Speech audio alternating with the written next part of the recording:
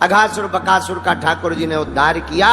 अब वहीं बीच गोप ग्वालों के बीच में बैठ करके ठाकुर जी प्रसाद पाने लगे जमुना के किनारे। देखो ब्रह्मा जी तो ये देख करके पूरा चौंकी गए, ये ब्रह्म है या नहीं? झूठा खा रहा है, ना कोई नियम है, ना हाथ धो रहे हैं, ना पैर धो रहे हैं। देखो ठाकुर जी ने अघासुर और बकासुर का उद्धार किया तो वही जमुना के तट पे भगवान गोपू वालों के साथ बैठ करके भोजन करते हैं। कोई कह रहा है तुम्हारे घर में क्या बना है? बोला भाई खीर बना है, अरे लड्डू बना है। देखो ब्रह्मा जी तो ये देख करके पूरे चौंकी गए। गोपू वाल आधा खाते हैं और अपने झूठा भगवान को खिला देते हैं, लो थोड़ा चख लो। ब्रह्मा जी ऊपर से देख देख करके पूरा चौंकी है कि ये ब्रह्म है, झूठा खा रहा है, ना कोई नियम है। ब्रह्मा जी कहते हैं अगर ये ब्रह्म है तो परीक्षा ले लेते हैं, अगर ब्रह्म है तो पता चल जाएगा। तो ब्रह्मा जी ने सोचा कैसे परीक्षा लिया जाए। तो ब्रह्मा जी ने सोचा भगवान ने जो गायों को लाए हैं उसी को ब्रह्मा जी ने चोरी कर दिया। तो भगवान प्रसाद पाते पाते देखा कि गैया तो है नहीं, कहाँ दूर तो नहीं चला गया। तो भगवान गोपू वालों से कहते हैं तुम प्रसाद पाओ, हम अभी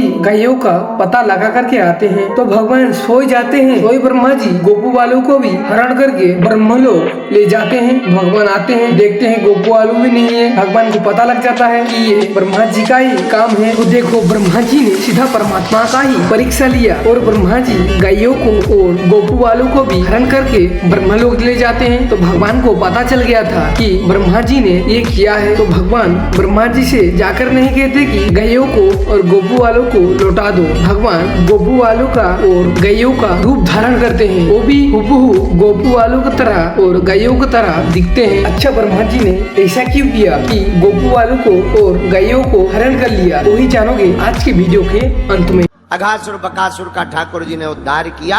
अब वहीं बीच गोप ग्वालों के बीच में बैठ करके ठाकुर जी प्रसाद पाने लगे जमुना के किनारे। काऊ के घर से कुछ आया, काऊ के घर से कुछ आया, बढ़िया बढ़िया प्रेम पूर्वक पावे, जरा तनक तुम भी पवाओ भैया, थोड़ा तुम भी पवाओ। तुम्हारे घर में क्या बना? महाराज लड्डू बने, लाओ। तुम्हारे घर में क्या? खीर है महाराज। हाँ हाँ। अच्छा कुछ गोप ग्वाल तो इतने ठाकुर जी से लाड लड़ाते हैं, अपना आधा मुंह में खीर रख ले वे, आधी बची ले कन्हैया देख कितनी प्यारी है, जरा तुम भी पा लो। ऊपर चार दिमाग वाले ब्रह्मा जी का दिमाग खराब हो गया। ये भगवान है, ना हाथ धोबे ना पैर धोबे, सीधो बैठे बे और पावे, और पावे सो तो ठीक है पर झूठो भी पा जावे। बड़ी गजब के भगवान है ये। हमें तो संदेह हो रहा हो कि जी ब्रह्म है भी क्या नहीं है। अच्छा ब्रह्मा जी को ही संदेह हुआ, पता है क्यों? ज्यादा दिमाग वालों को ही संदेह होता है, क्योंकि इनके चार दिमाग है ना, चार सिर है, तो चार खुपड़िया वालों को ज्यादा संदेह होता है, एक खुपड़िया वालों को कम होता है। और बुरा ना मानना, ये ज्यादा खुपड़िया वाले बड़े खतरनाक होते हैं।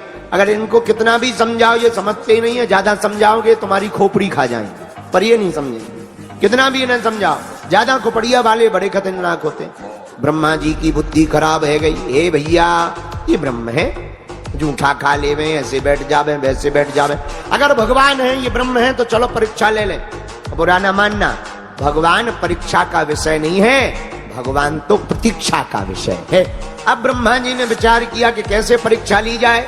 तो जिन गैयों को लेकर के ठाकुर जी आए थे, ब्रह्मा जी ने सभी गैयों का हरण कर लिया, चोरी कर ली। ठाकुर जी ने देखा गैया तो है नहीं, प्रसाद पाते पाते लंबी दूर तो नहीं चली गई। तो ठाकुर जी ने गोप ग्वालों से कहा तुम प्रसाद पाओ, हम अभी देख कर आते हैं। और जब तक ठाकुर जी गैया देखने आए तब तक ब्रह्मा जी ने गोप ग्वालों का हरण कर लिया।